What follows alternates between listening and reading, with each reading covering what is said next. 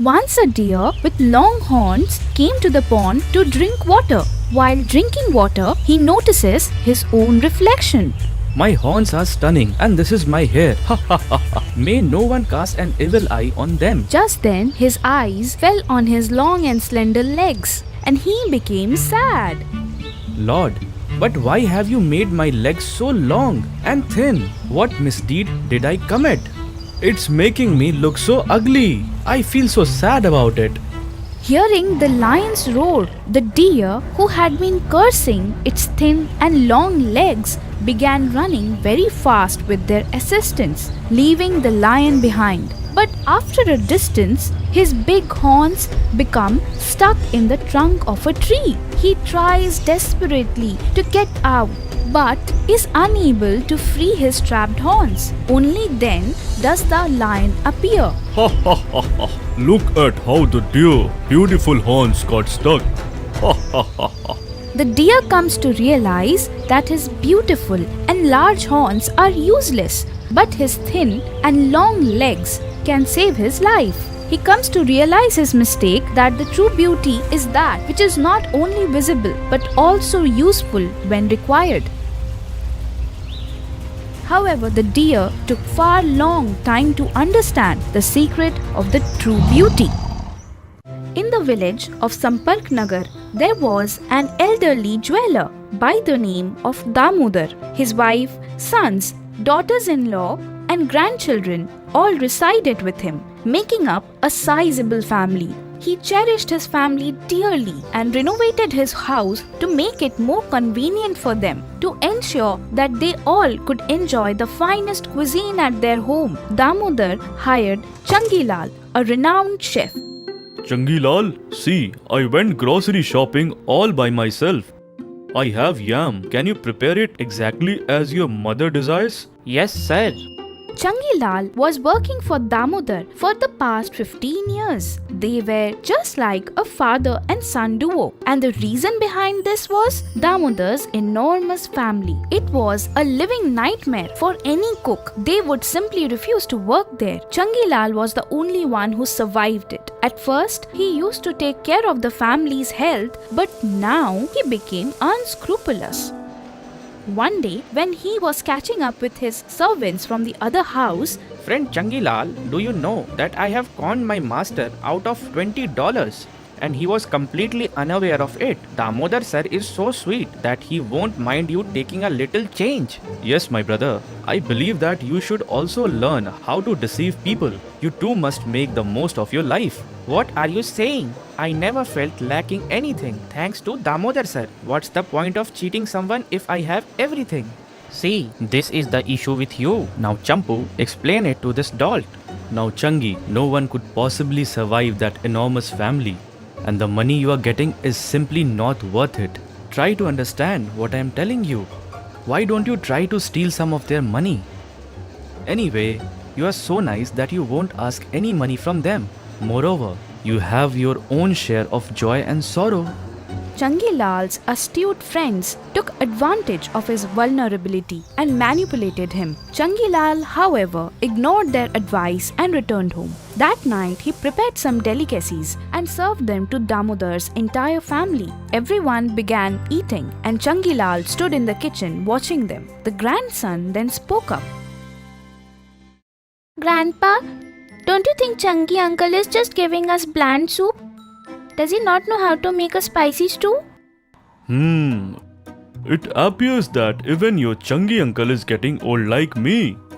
Everyone burst out laughing after hearing his witty remark. Damodar would crack hilarious jokes with his grandchildren and daughters to keep them from making a fuss over healthy food. Even Changilal was aware of this, but the remark seemed to hurt him today. Changilal thought to himself as he was doing the dishes after the dinner. Who knows what pleasures he gets from making fun of me? I am constantly working day and night. I prepare meals for the entire family, even when I am Changilal sick. was And this is enraged what I at get? Damodar and his family. He goes to the market the next day to buy vegetables. But today, when buying the vegetables, he had the idea to con Damodar. Changilal purchased old and stale vegetables in order to save money for himself. He began to defend himself by saying, Since I am the only one who can put up with their tantrum, at least I can keep the spare money with me. If there were anyone else, they would have already fled. As he came from the market and cooked those stale vegetables, he kept an eye on each family member to see if they could tell the difference. Changilal, on the other hand, chuckled to himself because no one seemed to notice. He now believes that he can let his head down on this. Following supper, as he was speaking to himself, I shall purchase these stale and rotten vegetables and even get to retain the extra cash. Changilal started saving money from the rotting and stale veggies he was buying all the time. Damodar never asked him for the remaining money, which allowed him to save a lot of money. But after a few days, Damodar's wife had a burning fever and began experiencing stomachache. Apart from Damodar and his wife, nobody was home that day. Damodar calls Changilal. Changilal? Hey Changilal, come over right now. My wife is writhing in pain. Changilal quickly came to that room after hearing Damodar's cries. He quickly responded, Ma'am, sir, what is this going on with you? Don't worry, ma'am. I'll call a doctor right away.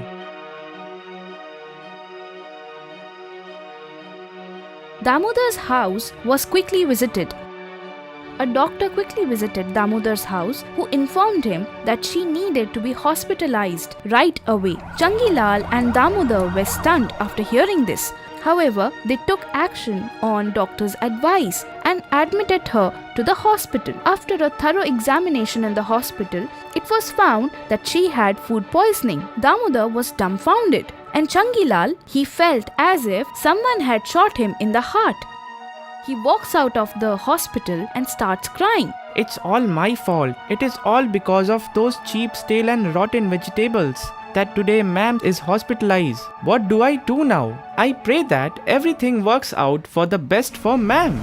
He was mindlessly walking through the streets while talking to himself. He was completely distracted and lost in his own thoughts when a car came from behind and hit and ran over him. When he opens his eyes, he notices Damodar sitting right next to him. Changilal, are you alright? How are you doing? Sir, how is madam? I am doing really fine, son. You made me so worried when he informed me that you met with an accident. Sir, ma'am, this is all my fault. I was provoked by my friends to buy stale and rotten vegetables from the market. With that, I used to save up some money. I was swayed by my friends' opinions that I messed everything up. I am sorry. Damodar and his wife couldn't believe their own ears. But still, Damodar forgave him. Damodar then smiled and said, Changilal, humans make mistakes, and most importantly, your ma'am is healthy and well. It's now time for you to get better. I can't wait to have your delicious onion soup. Damodar opened the lid of the lunchbox, tore a piece of bread and began feeding him. He said while feeding him, Eat the food that your ma'am has prepared for you. Changilal began to cry, and he realized that bonds can be thicker than one's own blood. Hey, what is all this? Move away from the front. Can't you see that Pappu Pandey has come? Well, who is Pappu Pandey? It's me. Who else? Now don't show your teeth. Huh? Get out of the front. Our customer is getting late. In his own time, Pappu Pandey used to get engaged in everything. He used to flaunt in the village's corner, where he used to bluff up big things. Last year, I had a tourist passenger in my auto. I traveled across Agra with him. I saw the Taj Mahal, slept in a big hotel, and you know that foreigner didn't go anywhere without me. This is Pappu Pandey. Is it so? What do you think? And just then, another auto driver came there. Brother, have you heard or not? What? The government has made a rule that from today all the autos will run according to the meter. Oh God, what will we do now? That's what we have been doing till now. What? Now you watch. Now, Pappu Pandey decided that he would now bluff around with the passengers. Brother, will you go to Lakshmi Chowk? Yes, madam. But with the meter, right? Yes, ma'am. Everyone now drives by the meter. This is the new rule of government. After going a short distance, Pappu took a left turn instead of right. Madam, there is a lot of traffic there. Don't worry. This is a shortcut. Okay. Pappu reached Lakshmi Chowk after taking the longer route all around. Ma'am, it's 80 rupees. But Lakshmi Chowk fare is only 50 rupees. We used to take that. But now the government rule says we have to take money according to the meter. The woman checked the meter and gave the money to Pappu. Pappu was very happy. In the evening, Pappu reached the village corner. Oh man, this meter has ruined our business. Yours, not mine. I have found a solution. It's Pappu Pandey. Pappu told them everything. Yes, that's right. From today, we will do the same. From the next day, the auto drivers tried Pappu's idea and those drivers also started taking the long routes. This went on for several days. Then the passengers complained to the traffic officers. The traffic officers set out to nab these robbers. One traffic officer sat in Pappu's auto. Lakshmi Chowk?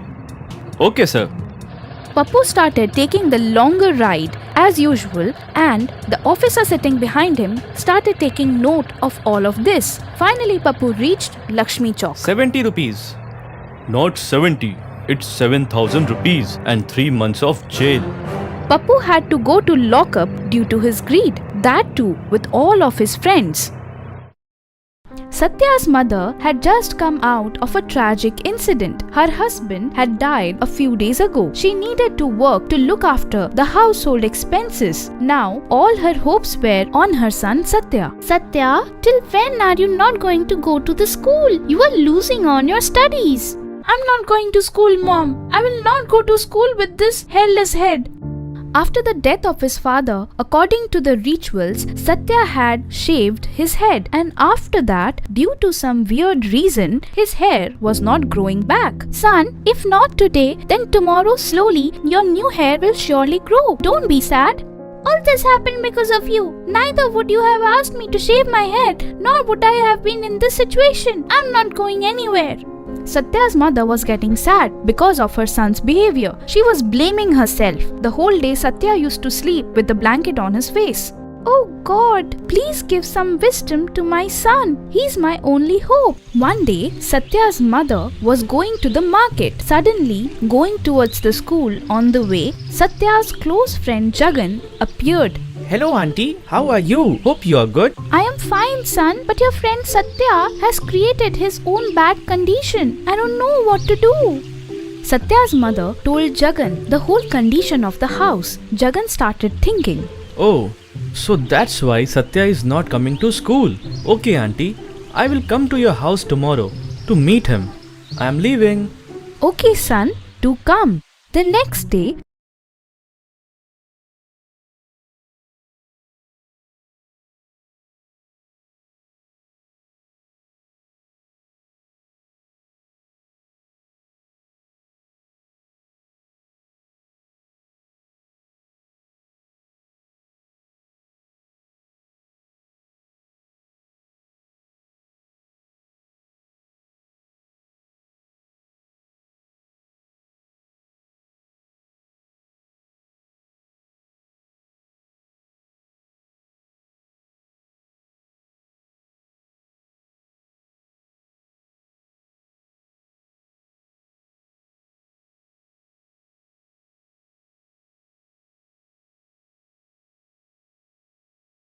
today you had hair on your head. Yes, auntie. But Satya should come to school. That's why I have shaved all my hair. Now no one will tease him in the school. Jagan, seeing this wise and loving behavior of Jagan, Satya and his mother had tears in their eyes. Satya hugs Jagan. Both of them happily leave for the school without wearing anything on their head. Meena and her husband Sumit lived in Mumbai with their son Ritvik and daughter Simran. Both husband and wife had good jobs. Ritvik and Simran used to study in a big school. She had a big and beautiful house.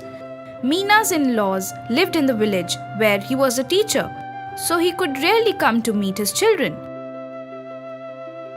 One day, Meena was leaving for office. Meena then said to Ritvik, Ritvik, I had prepared food for both of you and kept it in the kitchen. Eat food as soon as possible when you get home. And I have kept your tiffin in the same place. And take care of the house. Yes, Mom, you may leave. But Mom, could you please give us some money today? We have some plans. After the school, all of our friends are going to eat pizza. I also want to go. Oh wow! You guys seem to be having a nice party today. But then who will eat the food? Mom, please give it, Mom. Alright, take this 500 rupees. After paying the money, Meena goes to office with Sumit. Now both the kids go to eat pizza and burger after the school is over. Slowly now it started happening every day. Children sometimes used to take money from Meena and sometimes from Sumit. Now they did not like home food at all.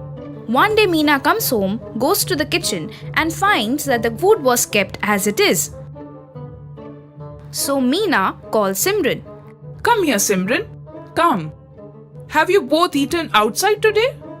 Yes, Mom. We both ate finger chips and vada pav today, and it was delicious. Just then Ritvik comes there and tells his mother, Hey Mom, do you know? Fast food tastes more delicious than your food.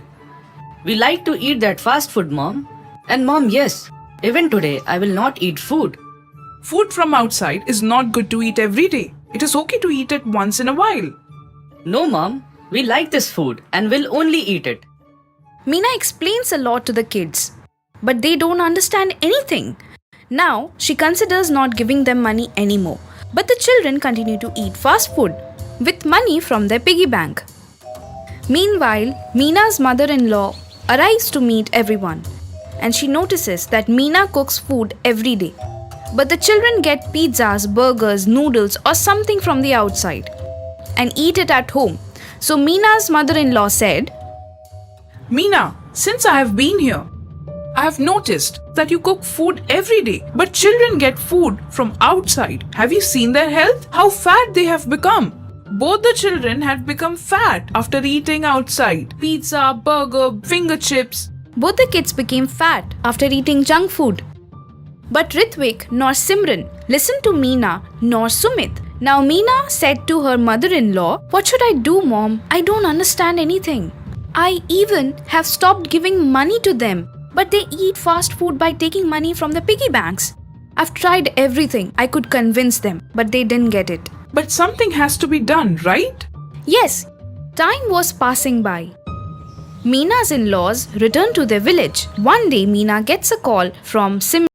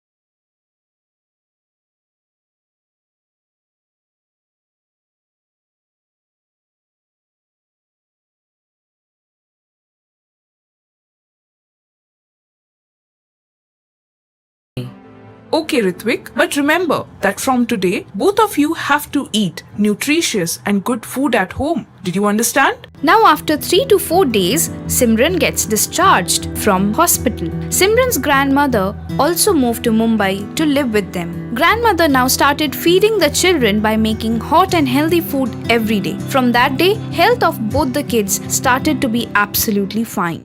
This is the story of Henry.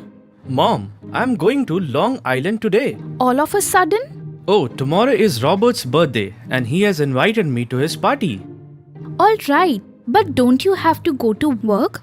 Today is Saturday. I will go to Long Island directly from the office. But son, by the time you reach there, it will be very late. Oh, come on, Mom. Do you think that I am still a baby? Don't you worry. I will reach there safely. Okay, but drive safely.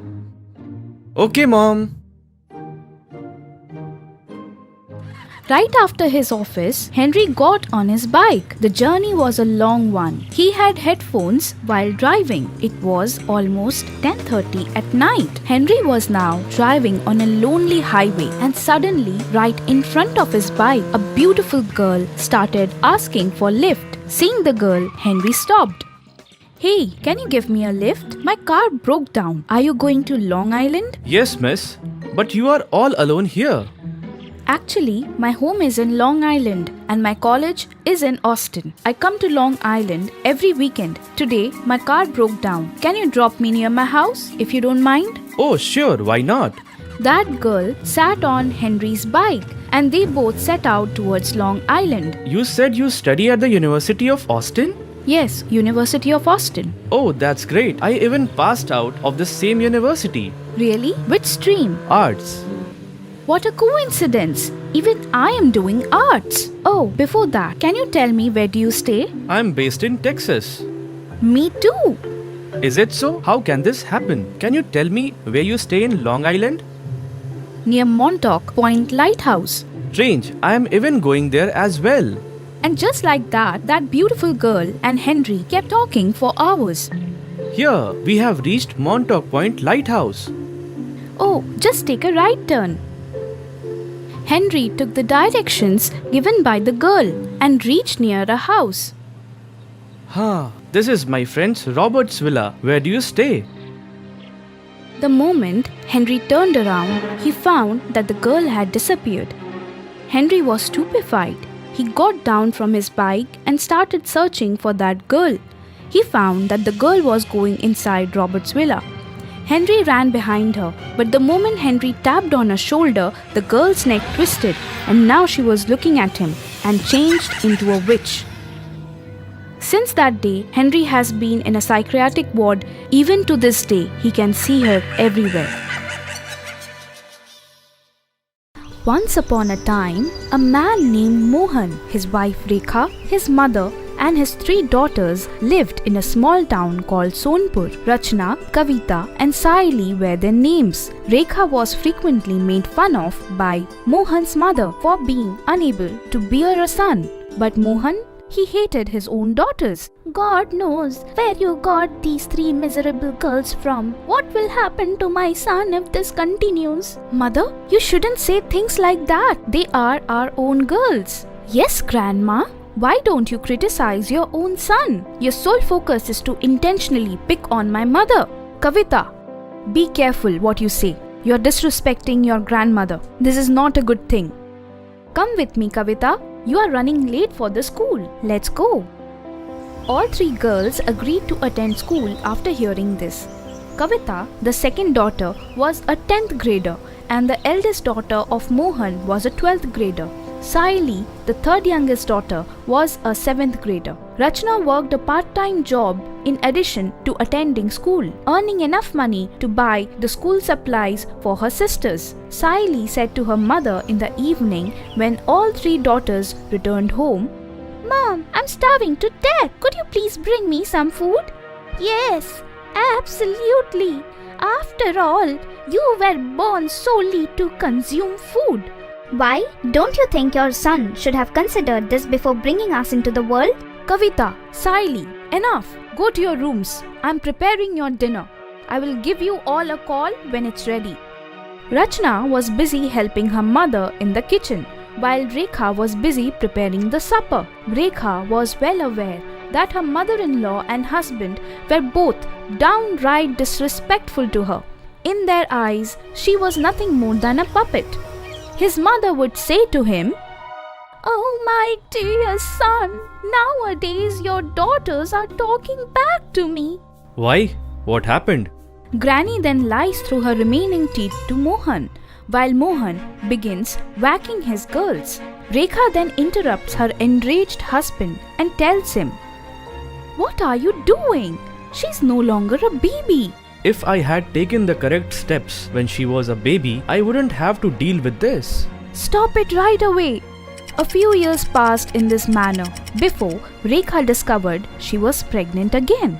Suddenly, Granny said, Rekha, look, you must definitely have a son this time. Yes, Mom. Don't you worry.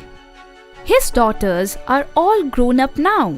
Rachna was working and had recently graduated. Kavita blossomed into a stunning beauty who aspired to be an actress. She was, however, aware of her family's circumstance. She went to her sister Rachna and explained her the situation by saying, We are both of marriageable age, Rachna, and they still want children. If my friends found out about this, they would make fun of me.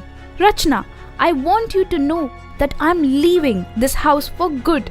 I can't stay here any longer. Don't you worry about me, my dear sister.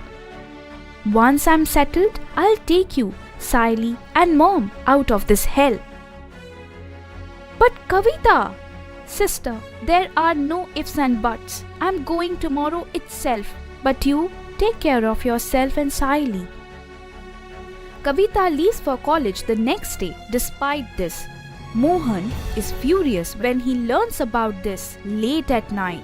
Suddenly, Granny, What the hell happened to this girl? She has not yet returned home. It will be better for us if she does not return. do you even know what you're talking about? She's our daughter. After a few days, Kavita's absence only troubled Rekha because Rachna and Saili knew where Kavita had gone, but they remained silent for the sake of their mother's broken heart. They became silent observers of what was going on. When Rekha was in excruciating pain one day, she was rushed to the hospital. Rekha gives birth to a lovely son.